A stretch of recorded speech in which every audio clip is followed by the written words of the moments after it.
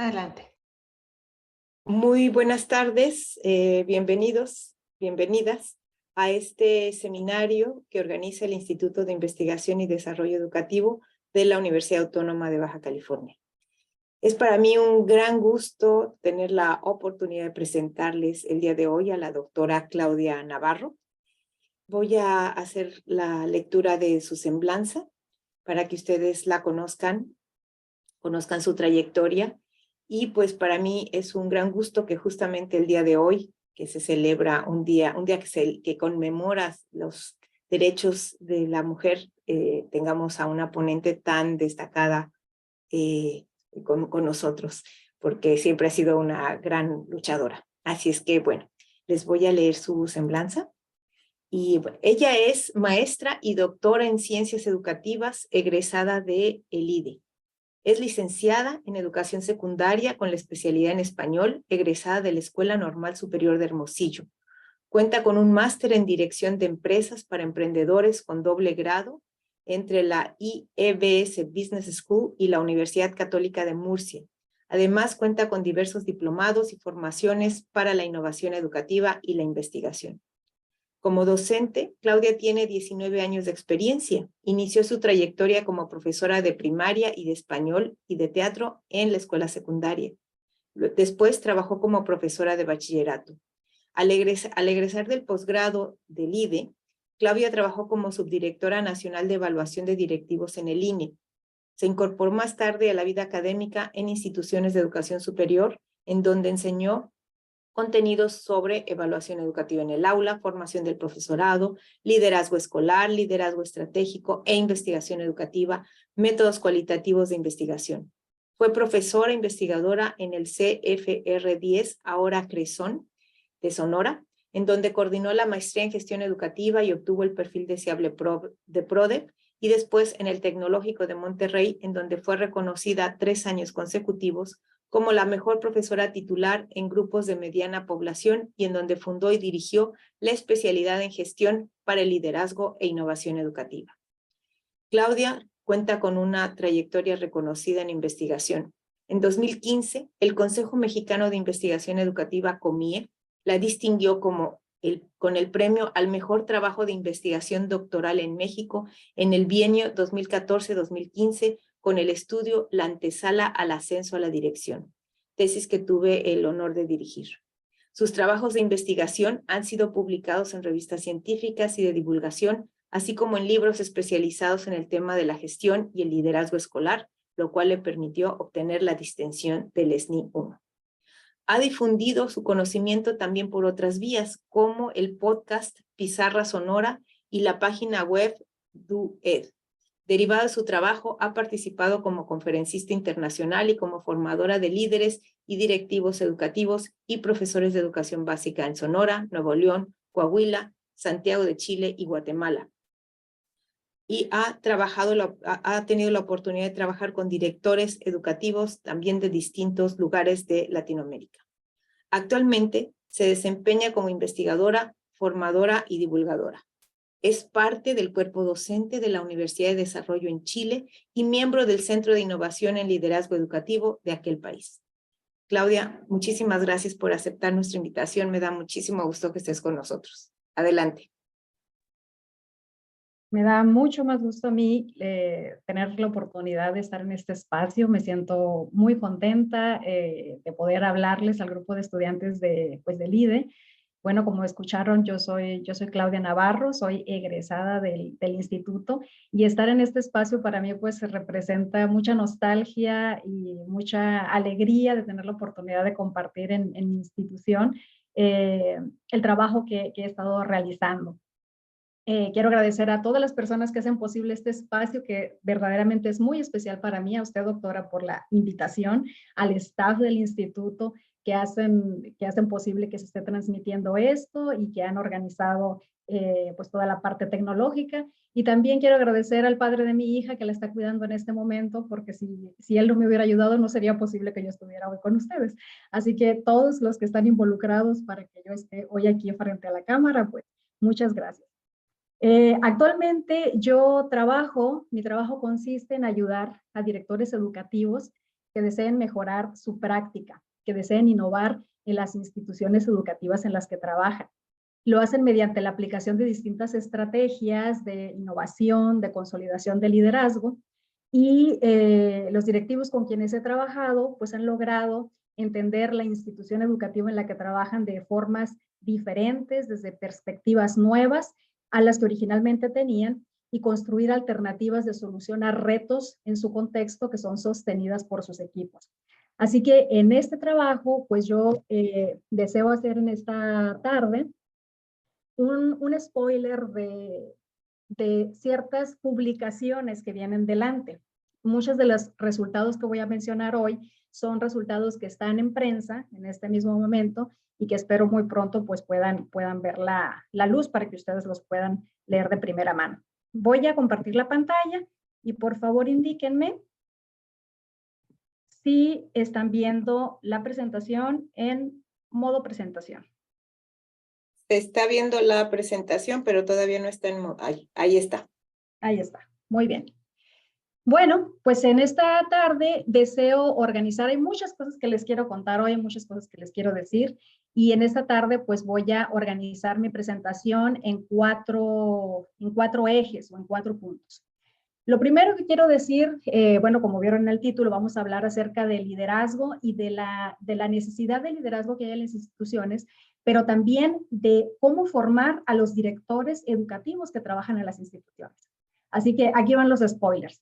Lo primero es que el concepto de liderazgo ha tenido transformaciones que modifican la exigencia del trabajo de los directores en las escuelas. El liderazgo se está moviendo hacia esquemas más colectivos, como vamos a verlo, y en específico me voy a referir al liderazgo distribuido. También el segundo eje voy a abordar el desarrollo del liderazgo distribuido en las distintas instituciones educativas y cómo para formarlo, para desarrollarlo, pues se requieren ciertas adaptaciones en las ofertas de formación que ofrecemos a los directores educativos. En específico, la OCDE ha lanzado diferentes documentos desde el 2010 la pregunta que se plantean los gobiernos que integran la organización de cómo se pudiera desarrollar el liderazgo de formas más distribuidas dentro de las instituciones educativas. No puedo dejar de mencionar una nota entretejida en esto sobre el liderazgo de las mujeres y la formación a propósito de este día y de los retos que las directoras han estado enfrentando de cara a los puestos directivos y cómo es que algunas desigualdades, y no es que todas las desigualdades que se han solidificado en cierta forma en muchos ámbitos sociales, a veces se transfieren a los sistemas educativos. Y finalmente, pues voy a hacer unos comentarios de cierre, quiero hacer algunas conclusiones muy sintéticas y también hablar acerca de algunas impresiones. Y bueno, pues quiero hacer también una advertencia, y la advertencia es que voy a abarcar resultados no de forma exhaustiva y no de forma profunda de 6 estudios que están en distintos niveles de avance. Algunos de estos son estudios que ya han sido cerrados y publicados, otros son estudios que, como les dije, están en proceso de publicación, que ya están cerrados, pero están en prensa o están en revisión. Y hay otros más que están en desarrollo, de los que todavía no tenemos el análisis, no tengo los análisis completos, pero quiero también aprovechar estos avances para compartir con ustedes y bueno, hablar un poco de las tendencias de formación educativa. Y básicamente vamos a concentrarnos en cómo desarrollar el liderazgo distribuido en los directores educativos. De manera muy general, tanto como en directores de educación básica como en directores de niveles superiores. Y para empezar, me voy a basar en el antecedente. El antecedente lo voy a fijar en el año 2050, antecedente para adelante. Lo que sucede es que en el 2014, la CEPAL lanzó un interesante estudio que fue escrito por Sergio Vítar, quien fue ministro de Educación en Chile, y ese estudio es un estudio de prospectiva, en donde se analizaron las condiciones económicas y las condiciones de diferentes países y se anunciaron diferentes retos que vienen por delante y que en el año 2050 se calcula que van a ser los principales problemas que la humanidad de forma global va a estar enfrentando. Entre estos problemas o estos retos está el aumento desmedido de la población, la escasez y la demanda de energía, de alimento, de agua, el cambio climático, las movilizaciones masivas, el origen y desaparición de ciudades, se van a concentrar las poblaciones en las ciudades grandes y las pequeñas ciudades van a comenzar a desaparecer, como ha ocurrido en varios puntos de México. La urbanización y transporte va a también tener diferentes retos debido a estas movilizaciones de grandes números, de grandes personas, ¿no? grandes números en la población.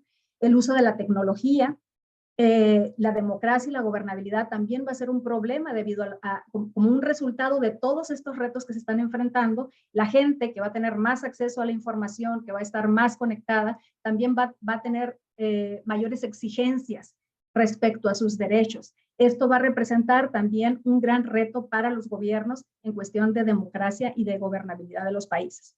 Y algunas de estas cosas ya la hemos estado viendo en lo que ha sucedido. Algo que tienen ustedes ahí muy cerca, pues fue las movilizaciones de estas grandes caravanas de centroamericanos que se movieron, ¿no? Hace unos años de Centroamérica, atravesando México, yendo hasta Tijuana. Y bueno, esto generó diferentes retos sociales. Ya había en Tijuana comunidades de haitianos que también se habían movido y que habían estado varados esperando su turno para cumplir los procesos para pasar a Estados Unidos. Entonces, ya hemos visto algunos ejemplos de todos estos cambios. Y como resultado de todos estos retos, las Naciones Unidas lanzaron 17 Objetivos de Desarrollo Sostenible. Estos 17 objetivos, si no los conocen, esto es un básico que tienen que conocer. Los 17 objetivos o los 12S son los planes o los puntos en los que todos los países debieran estar trabajando para mejorar las condiciones hacia el año 2050. Muchas instituciones de educación superior, muchos ministerios de educación e incluso el sector empresarial han tomado parte de los ODS para modificar políticas, para modificar reglamentaciones y el funcionamiento de las instituciones. Entonces, esto es un elemento muy relevante actualmente, incluso hasta recientemente en mi celular apareció una aplicación autoinstalada. Cuando ustedes, si alguien, voy a hacer aquí el comercial, ¿no? Si alguien tiene un teléfono Samsung y les aparece una actualización, ustedes van a actualizar el sistema de su teléfono y va a aparecer una aplicación que tiene que ver justamente con los ODS, que tiene que ver con participar en acciones para mejorar todo esto y para mejorar la educación, la equidad, la salud, la convivencia, por supuesto, la cuestión ecológica. Entonces son 17 objetivos en el que 170 países están participando con acciones y entre ellos, pues por supuesto que está México. Lamentablemente, como ustedes ya saben, pues hace unos años recibimos este virus que se nos salió de control y el desarrollo y el avance que había habido en los ODS pues se atrasó. Millones de estudiantes quedaron fuera de la escuela por más de un año. Esto, por supuesto, tuvo impactos, como ustedes saben, en el aprendizaje, en la calidad de los servicios, en la sostenibilidad del servicio. Y bueno, pues esto fue algo que Vitar seguramente no lo vio venir, o si lo vio venir no lo mencionó en su estudio de prospectiva, pero este elemento vino a incrementar pues el nivel de los retos que estamos enfrentando. Imaginen todos estos retos que acabo de mencionar. Estos retos son los retos que van a tener que solucionar los adultos, los funcionarios, los profesionistas que estén viviendo en el 2050. ¿Y quiénes son los responsables de que esas personas que van a enfrentar estos grandes retos tengan o encuentren las oportunidades para desarrollar sus capacidades, sus competencias para poder solucionarlos? Estos 17 retos vienen también a traer ciertas exigencias, muchas exigencias a las instituciones educativas. Desde la literatura y desde los documentos de política educativa ya está muy visto y aceptado que la profesionalización docente y los docentes son el actor que tiene más incidencia en el aprendizaje de los estudiantes. Sin embargo, también es muy aceptado en la literatura que el liderazgo educativo es considerado como un factor primordial, de primordial importancia para la mejora de los sistemas en su totalidad. Gracias a los directores o a los líderes educativos, es que se mejora el sistema educativo en su totalidad, de acuerdo con este autor. Se impacta en el ambiente escolar, el clima escolar y las condiciones de equidad. La propia OCDE ha señalado que el director es la figura más relevante después del profesor, perdón. Y además que tiene un impacto indirecto en el rendimiento del estudiante, dado que los directores son las personas que se encargan, el equipo directivo se encarga de establecer las condiciones para que los docentes realicen su trabajo. Así que la OCDE ha lanzado esta pregunta. Y es una pregunta que a mí me gustaría también hacerles a ustedes. Y si tienen oportunidad de escribir en el chat, las personas que están aquí en la sala, que son los estudiantes doctorales y miembros de la comunidad del IDE, el liderazgo que actualmente tenemos en las escuelas responde a estos retos del presente y a las demandas del futuro. Y lo repito, el liderazgo que actualmente tenemos en las escuelas responde a los retos del presente y a las demandas del futuro. Los invito a que pongan sus comentarios en el chat y ahorita en un momento vamos a regresar sobre ellos. La propia OCDE, en sus diferentes documentos, en 2010 lanzó un documento que se llamó Mejorar nuestras escuelas. Y eran una serie de recomendaciones muy específicas que se lanzaban a diferentes países, especialmente países latinoamericanos que participan en esta organización, de cómo mejorar la educación. Y básicamente se centraba en cómo mejorar la enseñanza y cómo mejorar el liderazgo escolar. La OCDE señaló que el liderazgo es decisivo para el aprendizaje, para el ambiente y para el contexto. Y entonces las principales propuestas consistieron en mejorar las condiciones de trabajo de los directores, en hacer más atractiva la profesión y en desarrollar el liderazgo. Cuando se hablaba de mejorar las condiciones, también se hablaba de las funciones que ellos tenían que realizar y se esperaba pues que supervisen, que evalúen a los docentes, que organicen la institución, que ofrezcan tutorías, planificación para la formación de los docentes, que organicen el trabajo de los equipos. Pero conforme fueron pasando los años, lo que sucedió es que en siguientes documentos de la OCDE, en documentos más recientes, se incluyen otras funciones que tienen que ver con la inclusión y con la participación de otros actores dentro de las decisiones de liderazgo, que el liderazgo sea más distribuido y que también haya un impacto sistémico. Es decir, que los directivos adquieran conciencia de que las decisiones que ellos están tomando no solamente impactan hacia adentro, sino que impactan también al sistema educativo completo.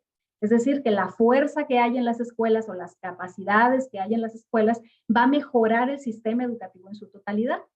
Entonces, pues en este sentido, también la OCDE fue que lanzó esta pregunta que les mencionaba. Entonces, ¿cómo lograr que poder desarrollar liderazgos que sean más distribuidos, más colaborativos? Desde la literatura, si bien hablar de estos esquemas de liderazgo distribuido parece ser algo reciente en la política educativa, desde la literatura esto tiene más tiempo. Jules mencionó que existe una multiplicidad de posturas y existen tantas definiciones de liderazgo como autores han existido que han escrito sobre este tema. Entonces, hay muchísimas definiciones de liderazgo y ustedes seguramente están muy familiarizados con muchas de estas, ¿no? Y podemos mencionar el liderazgo transformacional, el liderazgo transaccional, el autoritario, o sea, dependiendo de las corrientes hay muchos términos que definen tipos de liderazgo. Pero de manera general ha habido algunas corrientes. Inicialmente, en los años 60, el liderazgo, incluso hay estudios mucho más previos, mucho más tempranos que hablan de liderazgo y empezaron a dibujar una primera corriente. Esta primera corriente fue estudiar cuáles son los rasgos que tienen los directores, los líderes. cómo son, qué personalidad tienen, qué habilidades, qué competencias. Y aquí es donde nació ese otro término del carisma, de ser liderazgo carismático, del que actualmente los autores han hecho tanta crítica, ¿no? De este tipo de liderazgo. Después hubo otra segunda corriente que hablaba sobre las conductas, y aquí de lo que se trataba era de entender qué hacían los directores para lograr resultados. Aquí es donde se incrusta toda la corriente de los líderes exitosos, de las escuelas exitosas, y bueno, este enfoque sigue todavía en marcha, sobre todo en el campo educativo, y bueno, sí, sigue habiendo investigadores que han abordado mucho este enfoque. Un tercer enfoque es el de las relaciones con los seguidores y el entorno.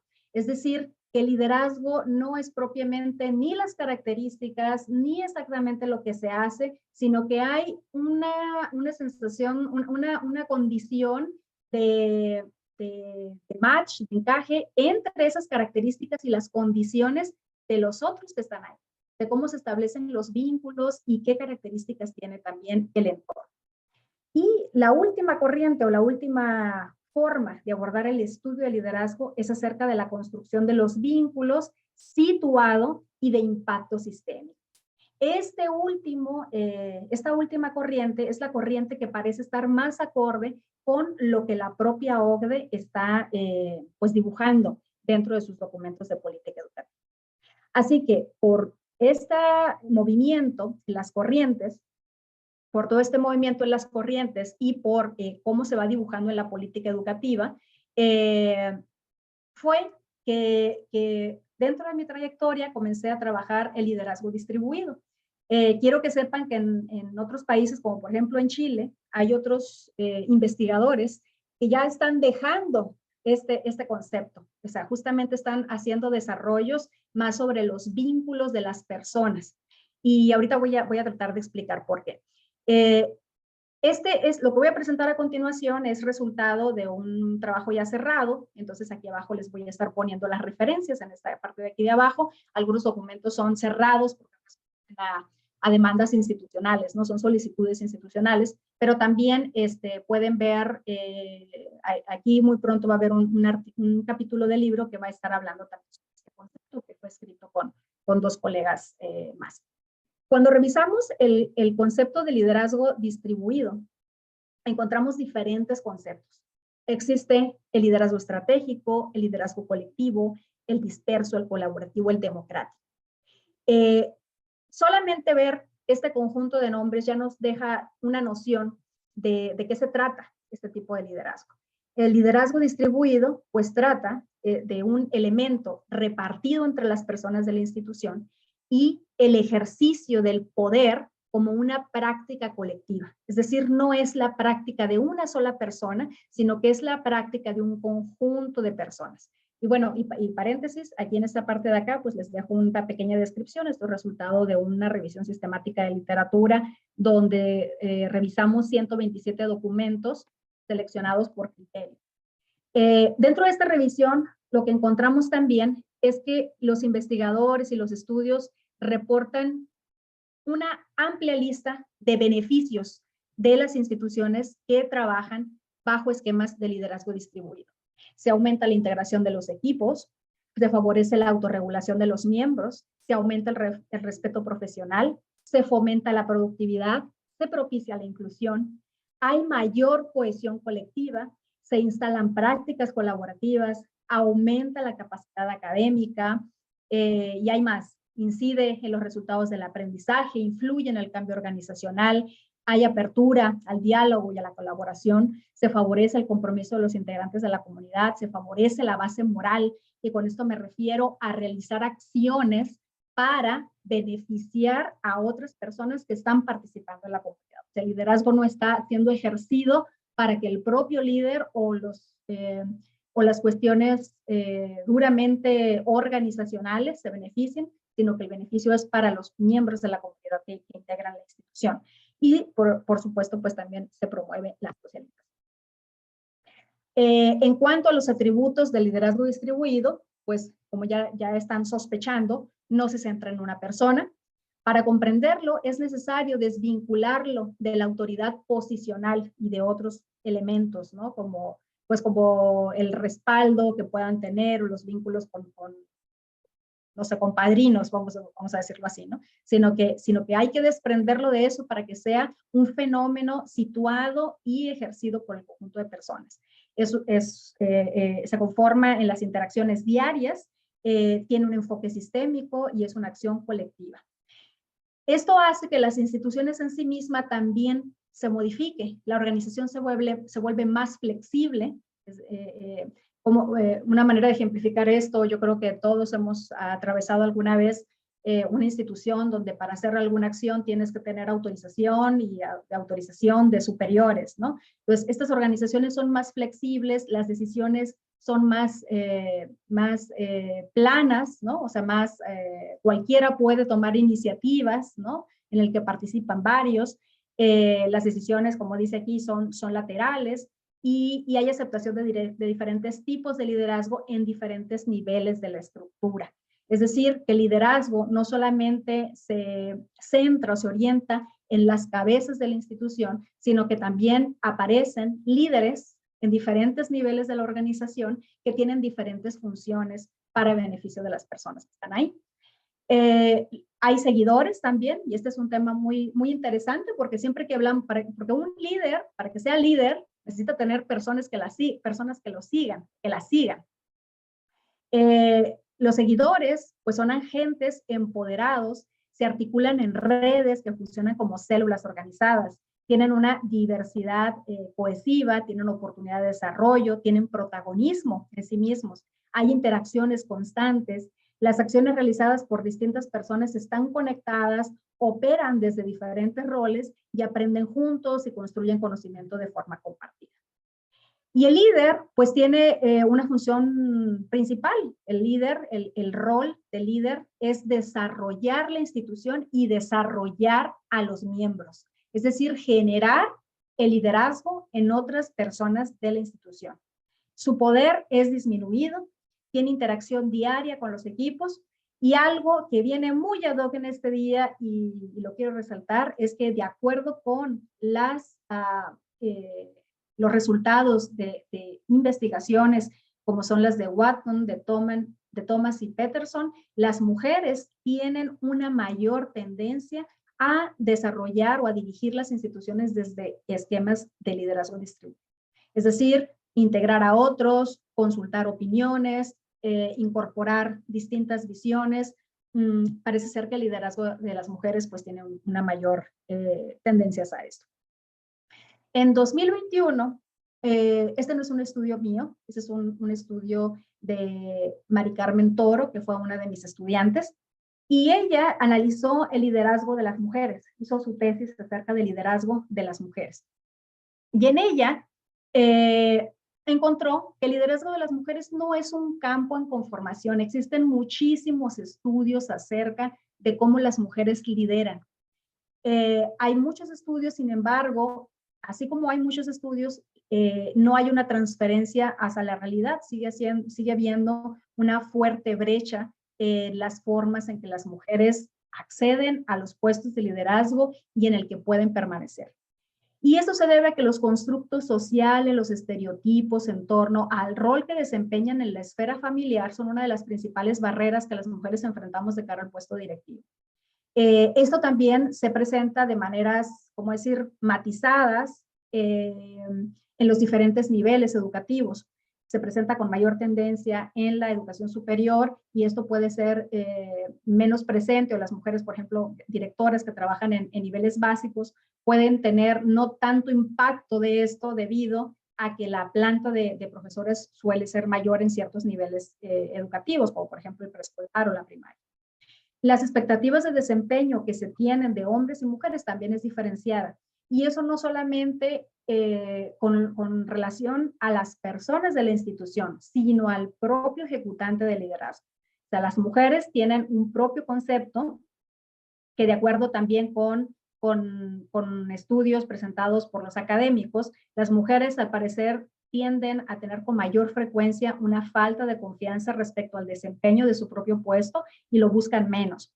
Han aparecido algunos conceptos, ¿no?, populares, que por ejemplo el techo de cristal, que tiene que ver con las creencias que las mujeres tenemos sobre nosotras mismas y las limitaciones que están solo aquí, que están solo en la percepción que tenemos de nosotras mismas.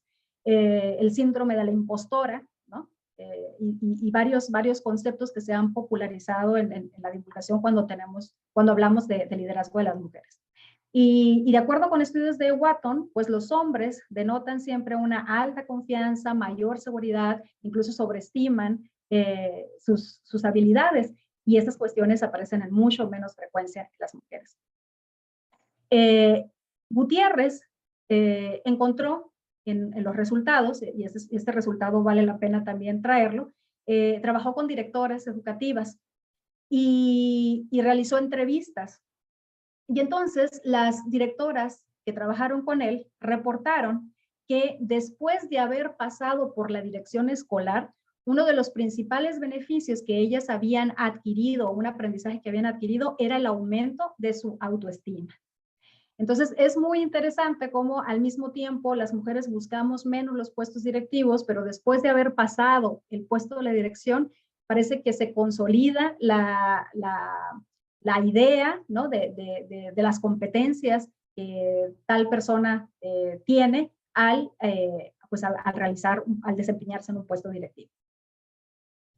En el marco sociocultural, la posición de los hombres y de las mujeres ha sido diferenciada por distintos factores que históricamente se han arraigado y legitimado en la sociedad, que mucho tiene que ver el rol de maternar, ¿no?, de maternar sobre todo en la primera infancia, y cómo este hecho tan relevante dentro de la vida absorbe el tiempo de las mujeres. Sin embargo, esta condición puede generar desigualdades cuando no se cuentan con las redes necesarias para poder desempeñarse en distintos roles. Y las diferencias que se encuentran, que se marcan en lo sociocultural, también se replican en los sistemas educativos. Por ello, hay distintos autores que señalan que las mujeres requieren de políticas específicas que faciliten el acceso, y no solamente el acceso a los puestos directivos, sino también la permanencia, y para que ellas podamos estar desempeñándonos en los diferentes roles que realizamos.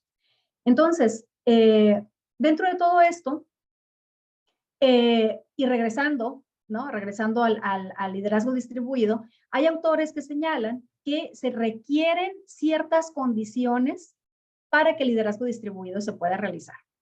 Primero, que haya un involucramiento del compromiso de todas las personas, que haya disposición cultural, que se pueda transitar a la participación activa en la toma de decisiones, que el liderazgo se pueda distribuir entre diferentes perfiles, que haya una planeación de esta distribución, y también que se logre entender cómo es que funciona y cómo se gestiona el cambio dentro de la institución, y qué es lo que el cambio ocasiona en las personas que lo están viviendo. Entonces, si estas son las condiciones, ¿qué tipos de esquemas de formación se requieren para formar líderes en liderazgo distribuido? El supuesto es entonces que si lo que queremos es que aprendan a distribuir, pues tiene sentido pensar que los esquemas de formación deberían ser también colectivos, inclusivos y participativos. Es decir, formar a directores en lo individual, ¿no?, formarlos en liderazgo distribuido, para que luego lleguen a escuelas donde no hay un concepto de liderazgo distribuido, es incrementar la complejidad de la tarea y del ejercicio que les estamos demandando que hagan dentro de sus instituciones. Otra cosa que es posible pensar, bueno, es que debe estar basado en los retos que los equipos educativos tienen en cada uno de sus contextos, que el conocimiento sea transferible y, por supuesto, pues que sean situados y contextualizados de acuerdo a las condiciones que los diferentes contextos tienen. Lo que voy a hacer a continuación es presentarles 3 propuestas de innovación para la formación colectiva de los directores. Estos 3 son 3 propuestas, 2 que he trabajado con estudiantes y con directivos durante los últimos años. Y la tercera no es una propuesta mía, la tercera es una experiencia que me solicitaron investigar y de la que, bueno, se pueden tener algunas condiciones interesantes. La primera es el método CASE, es la construcción autoetnográfica de casos de estudio. Como antecedente, este es un tipo de innovación incremental. La innovación incremental consiste en tomar algo que ha estado funcionando para introducir pues mejoras que lo hagan funcionar mejor. Estas mejoras pueden ser de proceso, pueden ser de los materiales, pueden ser de diferentes características. En este caso es una innovación incremental del método. Como ustedes saben, un método muy conocido dentro de la formación de los profesores y de los directivos es la formación por casos. Normalmente el caso es una historia, es una narración que presenta una situación compleja en el que los directivos o los docentes que se están formando leen ese caso y tienen que tomar decisiones sobre cuál sería la mejor alternativa para solución. Los casos no solamente se usan en educación, los casos se usan también para formar abogados, para formar médicos y también se utilizan en el campo de la formación en negocios. Entonces, es un método que ha sido ampliamente utilizado. No obstante, en el caso de usar los casos, en el caso de la formación de los directores, se ha encontrado que regularmente son narraciones construidas a partir de situaciones de terceros. Es decir, cuando alguien va a formar directivos en casos, lo que hacen estos directivos es ir a ver, observar y registrar el caso de un tercero en esta idea a veces ilusoria de la objetividad, ¿no? Van y registran el caso de un tercero y luego, se analiza y ese es el caso. En otras ocasiones lo que hacen es que se les da el caso por escrito, por supuesto de tercero, pero aquí el director ya no participa en la construcción, ¿no? O sea, analizan y bueno, toman decisiones sobre esto. Hay otro elemento también que ha sido muy utilizado dentro de la formación de profesores y directores y es la tradición en los diarios de campo. Los diarios de campo, los registros periódicos, tienen diferentes nombres. Y generalmente estos se utilizan para promover la reflexión y el pensamiento crítico y también en la toma de decisiones. Estos dos métodos a veces se combinan. Hay autores que han especificado que hay diferentes niveles de reflexibilidad, es decir, que hay diferentes niveles en los que las personas que se están formando reflexionan. Desde el nivel 0, que significa copiar documentos sin integrar ningún tipo de trabajo cognitivo, hasta el nivel 5, que consiste en contrastar lo que está sucediendo y lo que estoy observando con la literatura especializada. Si bien el uso de diarios de campo ha sido un método muy empleado, lo que la literatura académica reporta es que los resultados en los niveles de reflexibilidad que obtienen las personas que se forman así son muy limitados. Hay estudios que reportan que solamente llegan hasta el nivel 1 o 2 de reflexibilidad y que es muy difícil que los estudiantes lleguen a tener un punto de contraste con la literatura o con otros sucesos más globales respecto a lo que ellos están analizando de su propia experiencia. Pues bien, teniendo esto, realizamos dentro de un curso una innovación tomando como base esto. El contexto de implementación fueron 9 ediciones de un curso para el desarrollo de liderazgo de directores educativos en el que participaron alrededor de 120 directivos. Entonces, es decir, fueron 9 cursos, ¿no? A lo largo de un periodo considerable de tiempo. El objetivo de este curso era el análisis situacional y el desarrollo de propuestas para solucionar cuestiones específicas en la institución. Lo que hicimos fue hacer técnicas cualitativas. Empezaron primero con una revisión de una revisión de normatividad en la que tenían que definir y comprender y entender cuál era la posición de su rol dentro de la institución.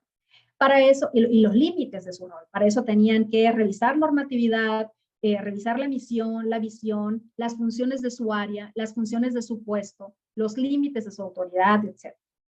ellos declaraban un reto o una preocupación que traen, ¿no? De cómo está operando, de algo que no está funcionando bien dentro de la institución. A partir de eso, hacen observaciones y generalmente lo que sucede es que en las observaciones confirman esa idea que ellos están teniendo, confirman que en efecto el problema es, poner un ejemplo, que los profesores no están realizando las planificaciones de clase. Vamos a ¿no? Entonces ellos van y confirman y entonces van y observan y registran y encuentran que en efecto lo que ellos sospechaban pues está sucediendo. Luego realizaron entrevistas y hablan con las personas. Aquí se hacen diferentes actividades. No es la entrevista de investigación cualitativa tradicional, sino que tiene ciertas adaptaciones para que ellos puedan comprender el problema, pero no desde el punto de vista propio, sino del punto de vista de la comunidad. ¿Por qué está sucediendo la situación? Y finalmente hacen grupos de enfoque, grupos de enfoque y grupos de discusión en los que validan sus conclusiones y contrastan lo que ellos han estado pues analizando, considerando con la experiencia de otras personas en la institución. El asunto de esto es que el análisis se va haciendo de forma progresiva, de tal manera que a través de estas técnicas que la mayoría de ellos ya conocen, con sus adaptaciones para este ejercicio, van teniendo un conocimiento más profundo y paulatino, ¿no? O sea, paulatinamente, progresivamente van profundizando en el entendimiento. El análisis, pues, es progresivo, es acumulativo, y para esto se proporcionan formatos tipo Canvas, que son un tipo de formatos sintéticos, en los que ellos tienen algunas preguntas estratégicas que les pueden llevar a cierta línea de pensamiento. Entonces, este es el tipo de análisis. Dado que esto es una intervención, pues el análisis no se realiza como lo realizarían los investigadores en el análisis cualitativo, con las categorías o el análisis de contenido o análisis de discurso. No es ese tipo de análisis, sino que es un análisis sintético que les permite obtener conclusiones acerca de la organización, de la institución educativa que están liderando. Y finalmente, una vez que tienen todo eso, todo esto lo trabajan en documentos de trabajo, en borradores, entonces se les dan lineamientos para la redacción de su propio caso. Realizan una introducción, exponen el asunto, problematizan, ¿no? Plantean un problema, que el planteamiento del problema es esa cuestión que no está funcionando como debe funcionar, hacen un análisis teórico por solicitud, ¿no? O sea, no solamente se les pide como en el diario de campo que hagan un registro, sino que se les solicita que tienen que contrastar y todo esto pues da como resultado una historia que está contrastada con la literatura, con la normatividad. Después de haber hecho esto, lancé una convocatoria a los 120 directivos, invitándolos a participar en la publicación de sus casos. De los 120 directivos, por diferentes razones, accedieron a participar 13 de autoselección, o sea, fueron invitados. Dentro de estos, de grupo de 13 directores, participaron 12 casos y ellos además escribieron 12 reportes escritos respecto a los aprendizajes que habían tenido en el proceso. Y después de hacer una revisión de literatura y acorde, ¿no? Pues con lo que estábamos buscando desarrollar, pues encontramos, por ejemplo, estas categorías. Una es que la construcción del problema se hizo con la comunidad.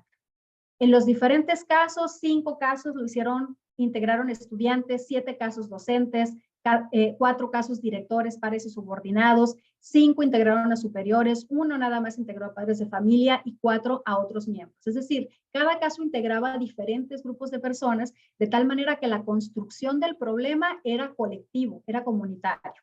Luego se hace una presentación del autoconcepto y lo que se encontró ahí en las redacciones de los directivos, pues es que ellos empiezan a conformar y a identificar cuáles son las competencias, las cualidades, hacer conciencia de las razones por las que ellos están ocupando ese cargo, obtener el puesto, si han obtenido el puesto por procesos normados o como resultado de su buen trabajo, por la preparación y experiencia que tienen, cuestiones distintivas de sus perfiles profesionales y por supuesto elementos de agencia y posicionamiento, ¿no? Donde ellos han trascendido y han superado situaciones difíciles para poder lograr estar en su puesto.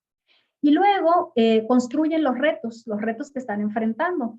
En 9 de los casos, los retos se centraron en asuntos de gestión y de la institución. Cabe señalar que en muchos de los casos que ellos escribieron, cuando iniciaron el ejercicio, el problema tenía que ver consigo mismo, tenía que ver con un problema personal con un profesor, o tenía que ver, ¿no?, con malentendidos. Y después del proceso, conforme ellos iban conociendo más la institución, el problema se iba centrando más en asuntos organizacionales o asuntos de la gestión en sí misma. Tiene 2 de los casos de estos que analizamos, también refirieron retos del entorno, y uno en específico enunció que el problema o el reto que están enfrentando como de género y de maternidad. Y esto se situaba en el contexto de la pandemia, cuando todos nos fuimos a casa y las mujeres pues tenían que seguir liderando equipos y haciendo su trabajo, pero al mismo tiempo cuidando, maternando, cuidando de la casa, etc. Y bueno, de los reportes reflexivos que ellos escribieron sobre el problema, ellos reportaron que el ejercicio les permite profundizar, ampliar, reenfocar, incluso corregir el problema que ellos estaban detectando. Es decir, lo conocieron mejor, vieron que era más grande de lo que ellos veían, o al contrario, lo que veían es que algo muy focalizado era lo que necesitaba atención, y otros dijeron, no, es que este no es el problema. Entonces tiraban y modificaban el problema. Integraron puntos de vista y algunos de ellos declararon pues la moderación de las expectativas. Entonces, el impacto que su liderazgo estaba teniendo no tenía que ver en sí con los resultados, sino con las expectativas que ellos tenían y que no coincidían con el entorno en el que estaban participando en ese momento. Y con relación a los niveles reflexivos, dado que este proceso fue progresivo y que se les pidió explícitamente que tenían que hacer comparaciones, pues la totalidad de los participantes llegaron al máximo nivel de reflexibilidad. Este documento, este método, el método CASE del que estoy hablando, está por publicarse como un libro. Se integraron estos 12 casos. Dentro del libro se detalla el análisis de las aportaciones de este caso, se detalla todo el método y la base teórica que sustenta el método desde los casos, desde los diarios y desde la teoría de la memoria y de la construcción de la identidad. Así que espero pronto también mandarles invitación sobre esto y espero pues que pueda contar con su asistencia. La segunda propuesta, la segunda innovación, esta innovación es una innovación de tipo de, en el mundo de los negocios se le llama innovación de campo, pero innovación de mercado, perdón, pero también se le puede llamar innovación de audiencia. Es cuando algo que está funcionando con un grupo de personas, lo trasladamos a otro grupo de personas que tienen características similares y pues para ver cómo funciona. Ese es el caso de Design Thinking. Yo no sé si ustedes estén familiarizados con Design Thinking. Design Thinking refiere al proceso que siguen los diseñadores cuando trabajan en proyectos. A diferencia de otros procesos que se concentran en el resultado, que se concentran en el método, el Design Thinking se concentra en las necesidades de las personas, está centrado en el beneficio de las personas. Luego, estos autores que están abajo, Tim Brown y Roger Martin, tomaron el Design Thinking y lo empezaron a aplicar en la innovación y cambio organizacional. Y es aquí donde se encuentra el punto de coincidencia con líderes que están en otro tipo de organizaciones y los directores que se desempeñan en instituciones educativas. El Design Thinking tiene 3 principios generales. Uno es comprender empáticamente el problema. En otras palabras, es entender cuáles son las razones por las que el problema está ocurriendo, pero no desde el punto de vista de la organización o de la gestión, sino del punto de vista de los humanos que están interactuando en la institución, ¿no? Por mencionar el ejemplo del caso que les mostraba en la innovación anterior, digamos que las directivas no están cumpliendo con las reuniones, ¿no? Entonces, ¿cuál es la situación individual humana que les impide tener ese problema? Desde la gestión el problema es que no van a las reuniones, pero desde el punto de ella tal vez el problema es que no tienen quien les ayude en casa, ¿no? Entonces, una posible solución, en lugar de hacer, digamos, listas de chequeo para ver quién va y quién no va, pues pudiera ser hacer reuniones más cortas o grabar las reuniones y que cada quien las vea en diferido, luego concentrar opiniones, no sé, ¿no? O sea, como buscar esas alternativas. Es decir, tener una comprensión empática de lo que está sucediendo. Luego, hacer una construcción colaborativa de las alternativas de solución. Yo pienso en este momento que como ellas no tienen la posibilidad de quien les ayude en la casa, la respuesta pudiera ser que yo grabara las sesiones, ¿no? 10 minutos del mensaje que tengo que enviarles a mis directivas y entonces se los mando por correo. Pienso que así puede funcionar. No obstante, desde el Design Thinking lo que queríamos es consultar con las implicadas cuál es la mejor solución, cuál es la solución que funciona para ellas, no la que yo creo que va a funcionar para ellos. Y por último, el último principio del Design Thinking es que el prototipado y el testeo siempre son iterativos. Es decir, si esta propuesta de solución no funcionó, la cambiamos por otra. La cambiamos por otra y la vamos probando y la vamos testeando a medida de poder identificar cómo puedo mejorar mi propuesta, mi propuesta de solución, mi alternativa de solución y elegir aquella que es mejor con las mejores características para las personas, no para la gestión. El Design Thinking tiene diferentes pasos. De manera muy general, se trata de empatizar. Lo primero que se hace es tratar de entender el problema desde una forma pues empática, ¿no? Como lo entienden los otros.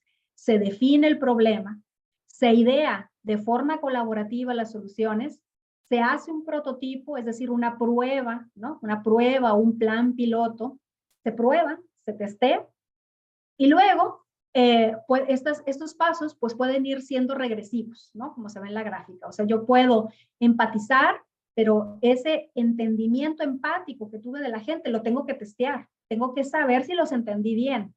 Entonces, lo testeo y regreso.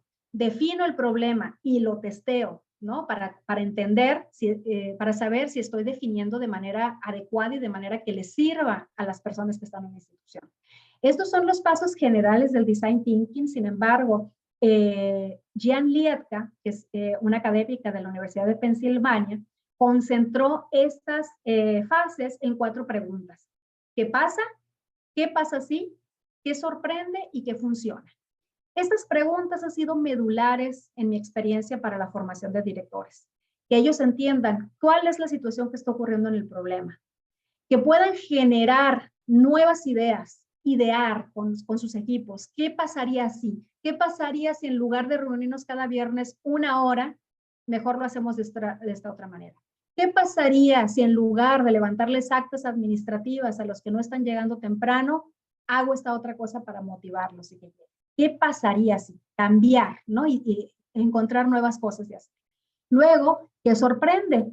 Es una exploración de lo que está ocurriendo, porque quiero que sepan que todos los problemas que tenemos ya alguien los ha tenido y alguien ha tenido soluciones para eso. Entonces, buscar y explorar y sorprender para ver qué cosas se han propuesto a problemas similares al que tengo. Y finalmente, ¿qué funciona? ¿Qué funciona específicamente en el contexto en el que yo trabajo, con las personas que yo trabajo y que atiende a las necesidades que ellos tienen para poder solucionar el problema de gestión que tenemos en la organización?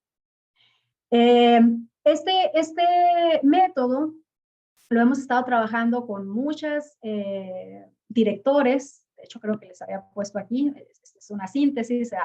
Desde el 2018 hasta recientemente hemos estado trabajando con muchos directores en Guatemala, en México, en Sonora. Tuve la oportunidad también de trabajar con 100 directores y supervisores que desarrollaron proyectos en Torreón con profesores y docentes, en Chile, no solamente con directores, sino también con formadores y con directivos de instituciones de educación superior. Entonces, hemos estado trabajando mucho con directores y la evaluación que se ha hecho en cada uno de estos programas, pues ha respondido a las necesidades de cada una de las instituciones que ha organizado, ¿no? estas experiencias. Entonces, me encuentro en la fase de análisis de esto, pero lo que sí hay ahora mismo es un manual sobre, este no es un libro de investigación, este es un libro de técnicas para formadores de directivos. Es un libro con diferentes técnicas de design thinking para liderar la innovación educativa que se publicó desde el Centro de Innovación en Liderazgo Educativo en Santiago de Chile. Y bueno, aquí están los autores, ¿no? Y bueno, esa es la segunda propuesta. Y la tercera propuesta de innovación, esta la conocí mientras trabajaba en el Tecnológico de Monterrey. En ese momento, el Tecnológico había hecho un acuerdo con EdTech,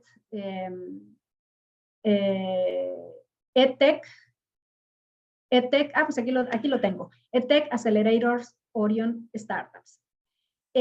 Lo que hicieron fue un programa de incubación de proyectos educativos.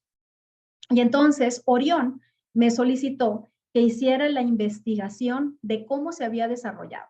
Entonces, el objetivo de esta investigación fue caracterizar la experiencia de la formación EdTech. Y había varios propósitos específicos, pero para no transgredir, ¿cómo decir?, las cuestiones de confidencialidad de la organización, solamente me voy a centrar en dos de los objetivos y voy a presentarles el programa desde la caracterización que hace la literatura y voy a presentar los resultados de las entrevistas que hice con los participantes del programa en el que reflejaron los aprendizajes y los beneficios que habían obtenido de este programa. Y bueno, pues el propósito era obtener recomendaciones para hacer pues mejoras en el programa, ¿no? Y aquí abajo pueden ver las publicaciones que están disponibles sobre este proyecto. Lo primero es que las incubadoras y las aceleradoras son organizaciones que respaldan a los emprendedores. Los emprendedores son estas personas que están generando nuevas ideas de negocio, nuevas empresas, y les respaldan en el nacimiento de la idea que tienen y les ayudan a establecerse mediante formación y mediante el apoyo con infraestructura, ¿no? Por ejemplo, hay un edificio, van todos los emprendedores, los nuevos empresarios, por así decirlo, y entonces ahí les ofrecen cierta formación en temas relevantes, qué sé yo, legal, protección de imagen, no sé, muchas cosas, y luego les ayudan a operar. Y las startups suelen ser nuevas empresas que están utilizando la tecnología para resolver ciertas cosas. Y así como hay empresas de todo tipo, pues también hay proyectos que responden específicamente al uso de la tecnología en la educación. Lo que hizo Orión entonces fue hacer una convocatoria para atraer proyectos educativos combinados con tecnología que fueran útiles para la sociedad. Y se seleccionaron cierto tipo de proyectos. De manera general, la literatura dice, o sea, mucho de lo que observé en el funcionamiento está reflejado aquí, más no todo, ¿no? Entonces, esto es lo que reporta la literatura. Suele haber una selección de participantes, es decir, los participantes vienen como un equipo con su líder, tienen una idea de proyecto y hay requisitos específicos dependiendo del tipo de organización del que se trata. Las incubadoras lo que hacen es generar la idea y el proyecto y luego las aceleradoras inyectan un capital, ¿no?, económico para desarrollar la empresa. Entonces, dependiendo de qué se trate, cada incubadora o aceleradora puede poner requisitos específicos a los proyectos. Algunos pedirán que ya esté en marcha, otros pedirán que no sé, que ya esté registrado. O sea, hay proyectos con requisitos específicos. Y aquí, en el esquema de formación de estas organizaciones, lo que se hace es cumplir con dos objetivos: cumplir metas del desarrollo del proyecto y cumplir con los propósitos de beneficio sistémico. Es decir, tú tienes un proyecto educativo y tu proyecto educativo tiene cierto propósito social o de beneficio para cierta colectividad. Ese es el beneficio sistémico. Para llegar a ese beneficio, cada semana o cada 15 días, tú tienes que ir avanzando y hacer metas hasta llegar acá. Entonces, se desarrollan con dos tipos de objetivos: las globales y las parciales, con las que se van avanzando de forma acumulativa. Pero por supuesto, cada una de estas metas pues requiere que las personas que están desarrollando el proyecto tengan ciertos conocimientos. Entonces, lo que se hace para desarrollar el programa es identificar cuáles son las metas semanales que hay, cuál es el avance del proyecto que se tiene pero ¿cuál es la necesidad de formación de la persona para cumplir esa meta? Vamos a suponer que el proyecto es armar una plataforma educativa que sea accesible para comunidades lejanas. Y uno de los puntos, pues no sé, a lo mejor es asegurar un punto de conexión a Internet. Bueno, pues esa persona que está desarrollando el proyecto tiene que saber cómo va a lograrlo, gestionando la situación, haciéndolo él mismo, con colaboradores, qué sé yo. Entonces, lo que se hace es que se ve la meta que se va a hacer, se identifican las necesidades con respecto a esa meta y la formación que se da es con relación a eso. Usualmente se hace por cohortes, o sea, hay un grupo de proyectos y de acuerdo con las metas y las necesidades de cada uno de los proyectos, se arma la currícula de formación. Así es como se va armando, ¿no? Temas generales, de acuerdo a la cohorte seleccionada, y se le van dando los temas específicos. Pero luego hay talleres de contenido base acompañados de asesoría y mentoría diferenciada. A lo mejor hay dos proyectos similares que requieren conexión, ¿no? Un punto de conexión, pero ya lo tiene resuelto. En su proyecto ya hay un punto de conexión, pero este otro participante no lo tiene resuelto. Entonces, se dan las generalidades del tema y luego lo que se hace es que se contacta a la persona, al líder del proyecto, al directivo, ¿no? Del proyecto propuesto, con un especialista para que uno a uno le dé la mentoría al equipo. Aquí el equipo organizador pues está compuesto del equipo gestor, que es el que hace este diagnóstico, que es el que arma la currícula, es el que hace que coincidan los calendarios entre los directivos o líderes que están participando en cada proyecto y los especialistas. Hay un equipo de formadores que da los talleres y hay un equipo de mentores y asesores, ¿no? Que son los especialistas que les van dando información específica solamente a aquellos que los necesiten. Entonces, como les decía, en una situación específica, alguien puede necesitar saber más sobre puntos de conexión a Internet, pero el otro equipo, el otro proyecto tiene debilidades en redacción, qué sé yo. Entonces, se le contacta con un especialista para que le asesore. Y finalmente, hay alguna presentación a la que se le llama el Demo Day, y en ese día todos los proyectos se presentan en su grado de avance, se demuestran, y entonces hay un comité que elige algunos proyectos.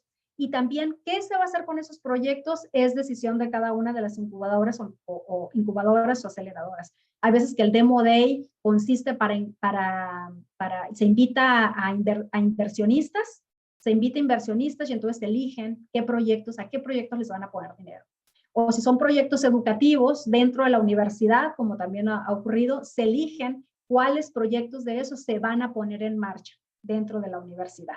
O cuáles proyectos de esos, dependiendo del nivel de avance, se van a extender a toda una zona educativa. Entonces, la decisión de qué se hace en el Demo Day con los proyectos, pues ya depende de cada equipo de organización, ¿no? que lo realice. En el caso en el que yo investigué, de Orión, los participantes hablaron sobre diferentes aprendizajes y beneficios. Hablaron sobre aprendizajes técnicos, eran específicos de esta cohorte, o sea, ellos lo que necesitaban era el uso de herramientas tecnológicas, estrategias de mailing, herramientas de evaluación de la experiencia de usuario, conocimiento de tendencias en el campo. Estas son aprendizajes muy técnicos, muy de los intereses de esos proyectos que estaban ahí participando. Pero también había aprendizajes personales y ellos reportaron una mayor maduración personal, mayor toma de decisiones, una ampliación en la visión que tenían del contexto, y también hablaron sobre maduración del proyecto, en identificar las necesidades y las rutas de solución para las personas, opciones de mejora, facilitar la transferencia o la usabilidad de la experiencia de los usuarios, ampliación de redes de contacto, dado que siempre estaban en contacto con mentores especialistas, académicos, en algunos de los casos empresarios, tecnólogos, etcétera. Y bueno, la cohesión del equipo de trabajo que estaba operando cada uno de los proyectos. Como les dije, esta experiencia se trataba sobre proyectos educativos, pero hay muchas cosas a rescatar. Por ejemplo, una cuestión es el modelo actualizado de la formación basada en proyectos, ¿no? Porque eso es algo basado en proyectos, pero hay una actualización que se orienta una vez más a la colectividad y que se orienta una vez más hacia cómo atender las necesidades de la comunidad. Hay una formación flexible y personalizada para que cada integrante del equipo logre empujar el proyecto en el que están trabajando. Este es un excelente semillero de innovaciones para los sistemas educativos. O sea, imagínense ustedes que pudiéramos armar un programa donde cada una de las directores escolares, ¿no? de secundaria, con su equipo de directivo o en bachillerato, hagan una aportación, se formen para generar, y luego el sistema puede decir, esto es útil para el resto del sistema, hagámoslo. Y aunque no sea seleccionado en el Demo Day, o sea, fortaleces, maduras el equipo y lo operas en tu institución educativa. Así que este es un gran semillero de innovaciones y de formación para los directivos. Y por último, pues fortalece la autonomía dentro de las instituciones y el liderazgo del que tanto hemos estado hablando. Y ya para comentarios finales, bueno, regresando al morado del día de hoy, la literatura señala que hay necesidad también de contar con programas que estén orientados a atender la disparidad de género. Si la tendencia de la formación parece ser atender las necesidades de las personas, es necesario que también aprendamos a ver las diferencias, las necesidades, perdón, diferenciadas que los participantes están teniendo en los programas de formación. Respecto a la evolución del liderazgo, pues hay una evolución, como se los anuncié desde el principio, y una evolución del concepto de liderazgo. La evolución del concepto de liderazgo obedece a las exigencias que tiene el puesto, pero estas exigencias del puesto obedecen a las necesidades que tenemos en el entorno. Si tenemos retos grandes, es natural que esto se refleje en las exigencias de los directores y que el concepto de liderazgo se vaya modificando. Creo yo que el hecho de que haya tantos conceptos de liderazgo, pues obedece a la diversidad de demandas en los contextos. Esta transformación es parte de la generación y de la actualización de la ciencia, y pues el cambio es parte de la epistemología, ¿no? del saber. La segunda conclusión es que la literatura caracteriza el liderazgo distribuido mediante atributos, elementos, el líder, etcétera. Pero hasta ahorita la literatura de liderazgo distribuido se ha centrado con mucha fuerza en el trabajo del líder y no del colectivo. O sea, aunque se trate del concepto de liderazgo distribuido, los estudios se siguen centrando en lo que hace el director y no lo que hace la unidad directiva o la institución educativa. Por lo que hace falta, pues, redimensionar este concepto y afinar la mirada. También el estudio de los seguidores es todavía un estudio escasamente abordado. Repito, si hay un líder es porque hay seguidores. ¿Qué tienen esos seguidores que le dan fuerza a ese líder? Hace falta mirar también a los seguidores. Esta figura ha sido analizada de forma desprovista de género en la mayoría de los casos y probablemente, pues, bueno, no probablemente, lo digo así para suavizarlo, pero creo que yo misma en mis estudios muchas veces he omitido tener una visión clara de las diferencias de género y de las necesidades que cada género puede tener. Y por último, bueno, los retos y las dificultades que tienen las mujeres de cara al puesto directivo se origina en la sociedad y se replica lamentablemente en los sistemas educativos. No solo se requieren de políticas de ingreso, sino también de permanencia para las mujeres. Y de acuerdo a lo señalado con la literatura, pues parece prudente pensar en formación diferenciada que nos permita a las mujeres aspirar con mayor seguridad a ocupar puestos de liderazgo y luego permanecer en ellos cumpliendo otros roles sociales que tenemos para quien desee cumplirlos también, ¿no? Y una supersíntesis para los doctorandos, perdón, es uno, que la ciencia y el conocimiento que están adquiriendo en este momento, en su punto de formación, va a evolucionar, va a transformarse. Identificar esa evolución en el campo de estudio que ustedes están realizando requiere de tener flexibilidad de pensamiento y apertura. No crean ustedes, porque me ha tocado ver algunos estudiantes que aprendieron algo y consideran que sigue siendo la verdad en este 2023. El conocimiento va evolucionando y eso requiere una apertura para poder comprenderlo. Número 2, la formación que típicamente recibimos en los doctorados suele ser individualizada porque se busca garantizar que ustedes tengan desarrollen habilidades, competencias, garantizar la calidad de la formación que están teniendo. Pero no eso no significa que el trabajo que van a realizar en el futuro va a ser individual. El trabajo que van a realizar va a ser colectivo, va a ser colaborativo. Entonces, no olviden fomentar también en el ambiente de los compañeros este trabajo colaborativo pues, que hace falta y que se exige, que cada vez se exige con mayor consistencia debido a las necesidades que tienen las organizaciones.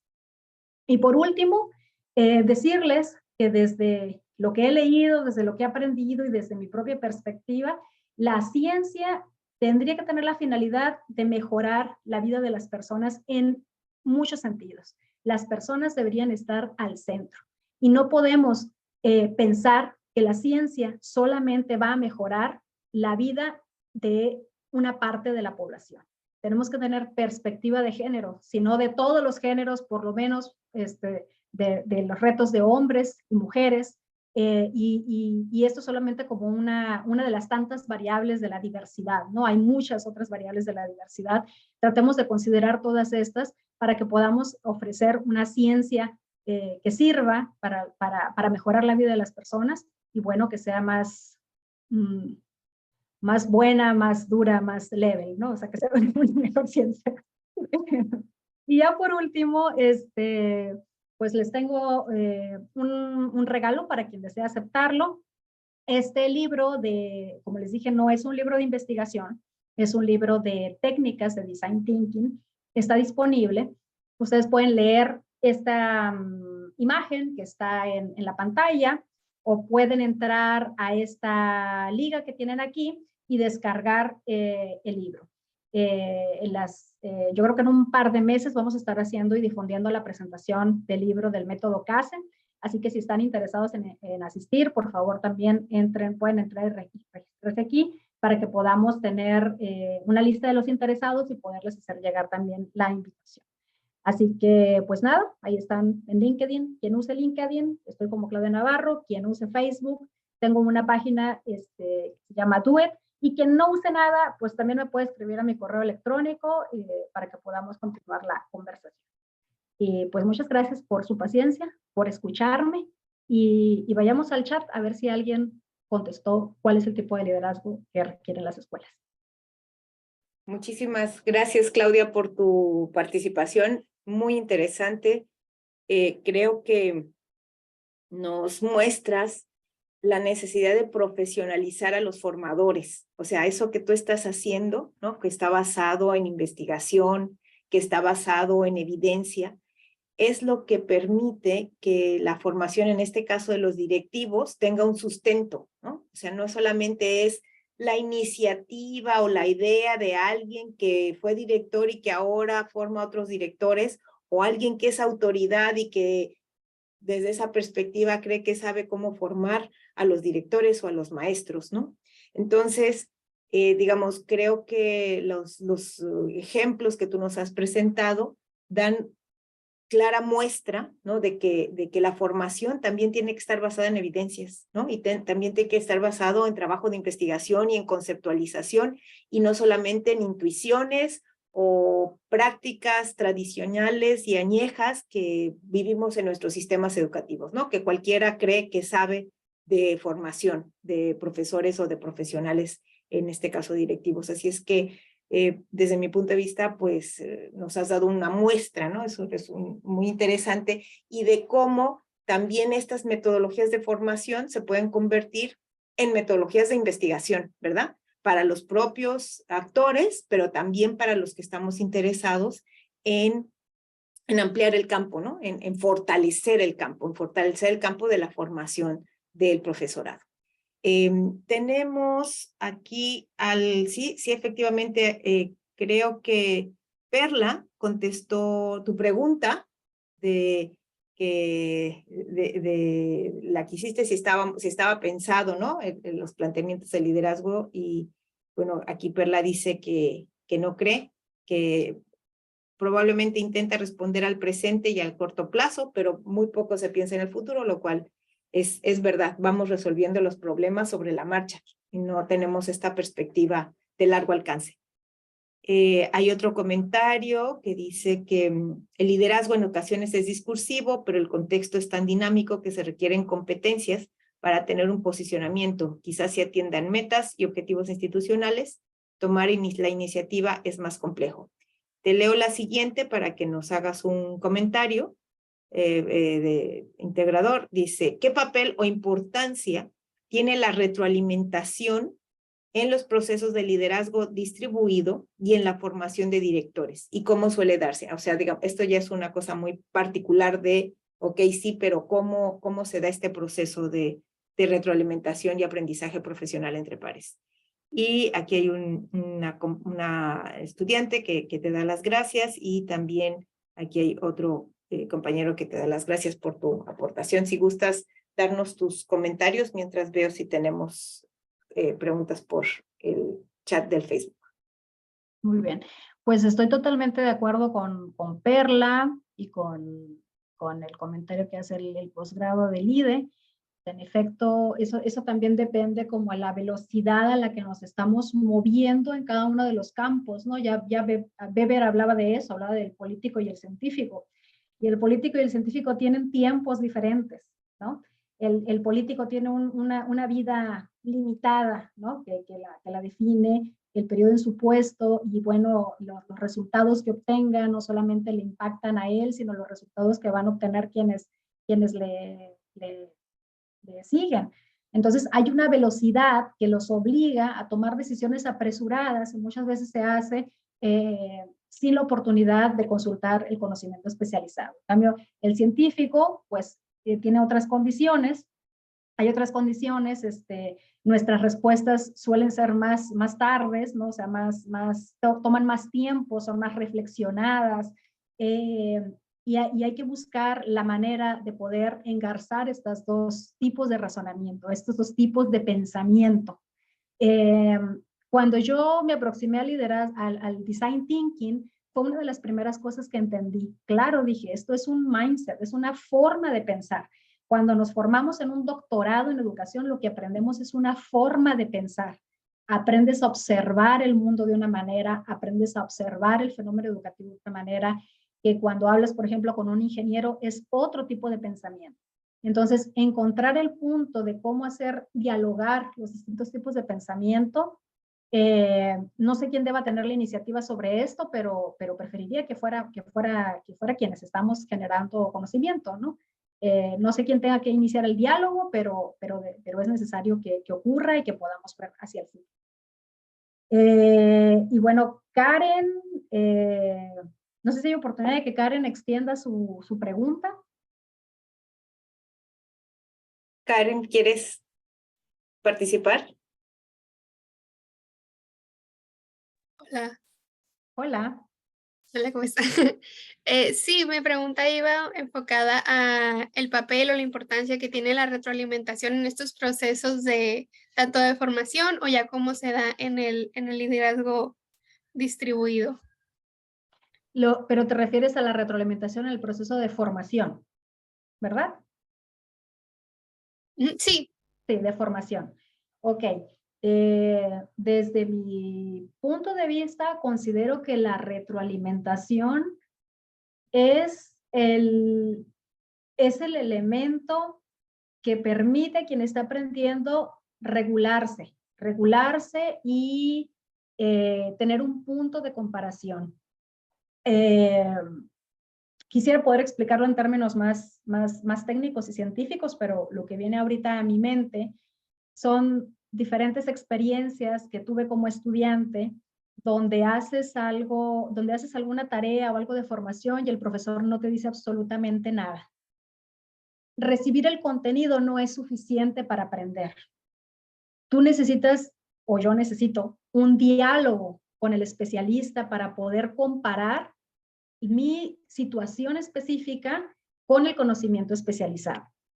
Y en mi experiencia como formadora de directores, por ejemplo, en esta formación que les comenté, ¿no? Donde ellos primero van y observan, luego plantean problemas, el principal trabajo que yo hacía con los directores, o que yo trato de hacer con los directores que se forman, es de retroalimentarlos, o sea, de darles un feedback. Casi siempre trato de hacerlo en 3 sentidos, uno en específico en las características del trabajo que solicité, Otra, en la situación que ellos me están planteando. O sea, a veces están en su narrativa colocando elementos y hay historias ocultas en su propia narración que ellos no pueden visualizar de forma clara. Y eso nos pasa a todos. O sea, tienes un problema y no visualizas todos los elementos, aunque en tu narración esté. Y necesitas hablar con alguien para que te ayuden a verlo.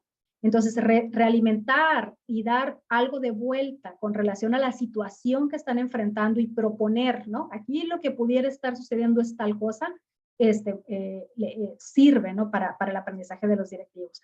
Y la otra cosa es, pues, por supuesto, las cuestiones académicas, ¿no? O sea, que muchos estudiantes se cansan de eso, pero creo que también son habilidades importantes de desarrollar, cómo escribimos, cómo se cita, o sea, qué características debe tener un trabajo para que se considere serio o no se considere serio. Entonces, creo yo que la retroalimentación es fundamental para que podamos, para que los directores o cualquier persona que estemos participando en un proceso de formación, podamos tener una regulación del propio aprendizaje que estamos teniendo.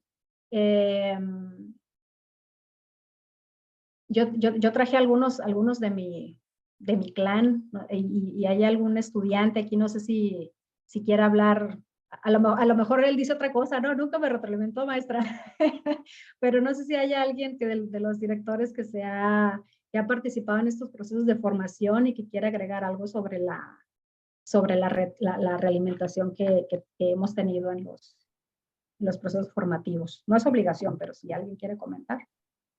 Bueno, maestra, yo aquí, Alina Santiago, Hola, he sido Alina. Partícipe y fiel seguidora, pero sí, creo que es muy importante. Todo proceso de retroalimentación edifica en ambos sentidos. Y es lo que usted dice, nos aporta más que una calificación per se, porque te guía en el saber, o sea, te guía en qué sentido dirigirse de un lado a otro. Y creo que eso es una de las partes más importantes de cualquier tipo de evaluación o de herramienta de evaluación que se utilice, el poder y recibir esa retroalimentación de parte del docente o de la persona que nos está dando la formación. Y sí, han sido muy fructíferas esas retroalimentaciones suyas. Muchas gracias, Alina. Me da mucho gusto escucharte. Sí, igual. Y yo creo que algo, y esto va para los estudiantes de doctorado, ¿no? Como investigadores, nosotros estamos expuestos, por ejemplo, a someter artículos para que el conocimiento que hemos generado sea publicado. A todos nos ha tocado un evaluador que parece que desboca todo su odio, ¿no? Con una retroalimentación nociva, dolorosa, que nos hace sentir que ¿para qué nacimos? O sea, este no es el camino. Entonces, la retroalimentación puede edificar a la persona, como está diciendo Alina, o puede destruirla incluso. Entonces, yo creo que poco se ha hablado, no poco he investigado yo, ¿no? Pues se ha hablado mucho de eso, pero debería considerarlo con mayor profundidad, porque yo creo que la retroalimentación edifica a la persona o puede romper caminos, e incluso una retroalimentación adecuada puede ayudar al formador a conocer de forma más cercana a las personas que está formando. Entonces, sí, es uno de los elementos relevantes y tenemos que formarnos en cómo retroalimentar, porque es ahí donde estamos edificando a las personas o destruyendo dimensiones de la persona. Muy bien, Claudia. ¿Tienes otro comentario por Facebook? Y ahorita regresamos al chat de aquí del Zoom. Dice, gracias, doctora Claudia, siempre es muy grato escucharla. Gran tema a abordar en el marco de la conmemoración del Día de la Mujer. Así es que, sí, el apunte que haces específicamente en relación con el tema, creo que fue muy, muy pertinente. También desde el Facebook dice, respondiendo a su pregunta, considero que el liderazgo actual no responde al presente porque no todos los directores tienen esa formación. Y una pregunta, ¿cómo se toman las decisiones en un liderazgo distribuido? ¿Podría surgir conflicto de autoridad? Aquí tienes otro comentario de Perla.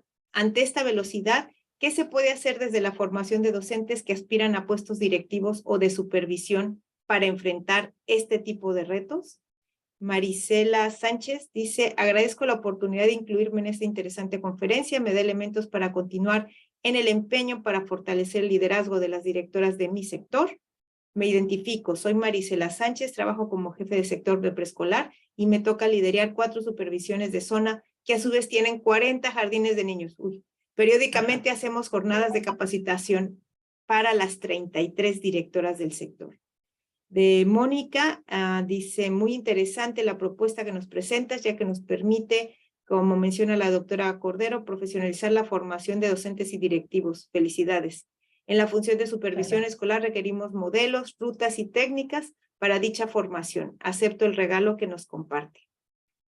Karen, que te da las gracias de tu respuesta. Mónica dice, ¿has pensado dar seguimiento a la formación in situ que se realiza desde las jefaturas de sector y supervisiones? Y eso es lo que tenemos para poder hacer un comentario de cierre y poder cerrar la sesión de hoy.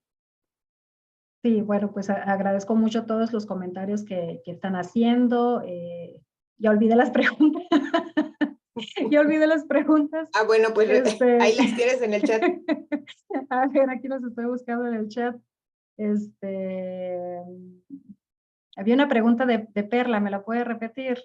Sí, cómo no, la de Perla. Es que me Perla. quedé volada con tanto comentario bonito. Sí, la de Perla me dice, la velocidad, ¿qué se puede hacer desde la formación de docentes que aspiran a puestos directivos o de supervisión para enfrentar el tipo de retos? La otra pregunta concreta es la de Sonia, que dice cómo se toman las decisiones en un liderazgo distribuido y podría surgir conflicto de autoridad. Y los otros son pues comentarios de tu trabajo. Sí, bueno, una de las conclusiones que no he mostrado aquí es que el liderazgo distribuido en sí mismo no es un estilo de liderazgo. Aunque muchos autores en sus artículos lo llaman estilo de liderazgo, el liderazgo distribuido es una cultura de trabajo. Una cultura de trabajo es cuando varias personas están compartiendo cosas similares. Entonces entienden que todos ellos son responsables de una institución, todos son responsables de lo que ocurra, todos son responsables de los resultados y por tanto todos son responsables de tomar las decisiones y de diseñar. Generar esta cultura, desde mi punto de vista, exige que la formación sea colectiva. En los diferentes talleres y cursos que he dado, siempre he tratado de promover esta colectividad y uno de los ejercicios que realizamos con los directores es que hay un evento de aula abierta. O sea, yo tengo mi curso, tengo los directores con los que estoy trabajando, ellos se están formando, estamos siguiendo el proceso, pero hay un momento de aula abierta donde invitamos a sus equipos directivos a que vengan a formarse en la sesión. Entonces, para poder transferir, ¿no?, la idea de que la responsabilidad de lo que sucede en esa dirección no es solamente del director, es que eso no es justo. Es una gran responsabilidad. Los retos que vienen por delante son a veces descomunales.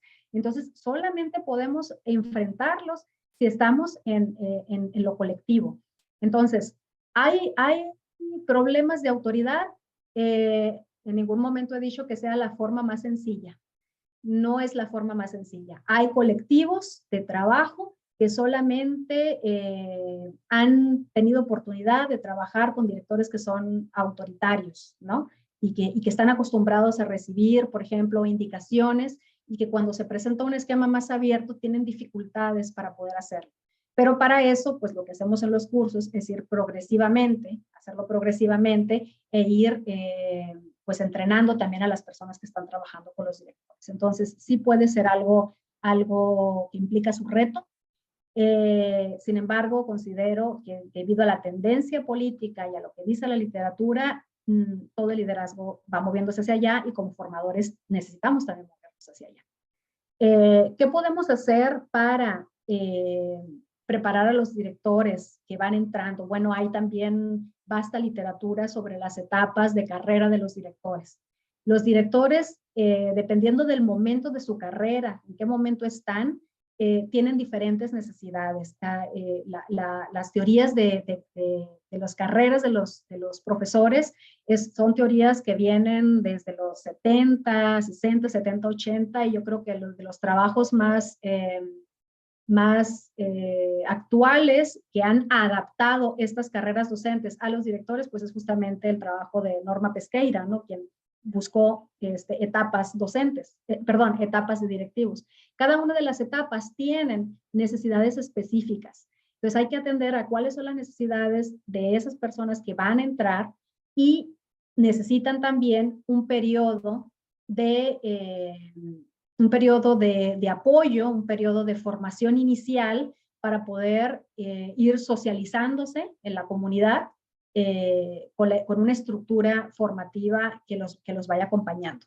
Entonces, creo que hablar de la formación no es un evento único en la carrera de los directores, sino que se requieren diferentes apoyos en diferentes momentos y que vayan progresando hacia la formación colectiva. Y también hacia las redes de directores, ¿no? Hacia las redes de directores para que puedan también tener puntos de comparación de cómo están funcionando otras escuelas que están trabajando también en este esquema de cultura del liderazgo. Muy bien, Claudia, pues vamos a cerrar con mucha pena porque podríamos seguir platicando del tema y pues sabes que esta es tu casa. Muchas gracias, pues y que estoy muy feliz. Nos encantaría tenerte aquí físicamente en algún futuro próximo, porque tendrías mucho que aportar, ¿no? Para el tema de la formación de directivos ahora en la nueva escuela mexicana. Estoy segura que habría mucho que platicar. Muchas gracias. Pues estaremos en contacto. Les agradezco a todos y a todas las que el día de hoy nos acompañaron. El video se queda en el canal del IDE, en Facebook y en YouTube, y pues ahí para que ustedes también puedan verlo después, compartirlo y socializarlo para seguir ampliando, ¿no? la discusión en el tema. Les agradezco mucho su presencia y a Claudia especialmente por habernos acompañado y a su esposo por apoyarnos Sí. atendiendo a la nena. Sí, muchísimas gracias por la invitación y gracias a todos ustedes. Doctora, permítame que vuelva a compartir esto. Por favor, si están interesados, este es un recurso abierto, gratuito, para que puedan obtenerlo. Y bueno, pues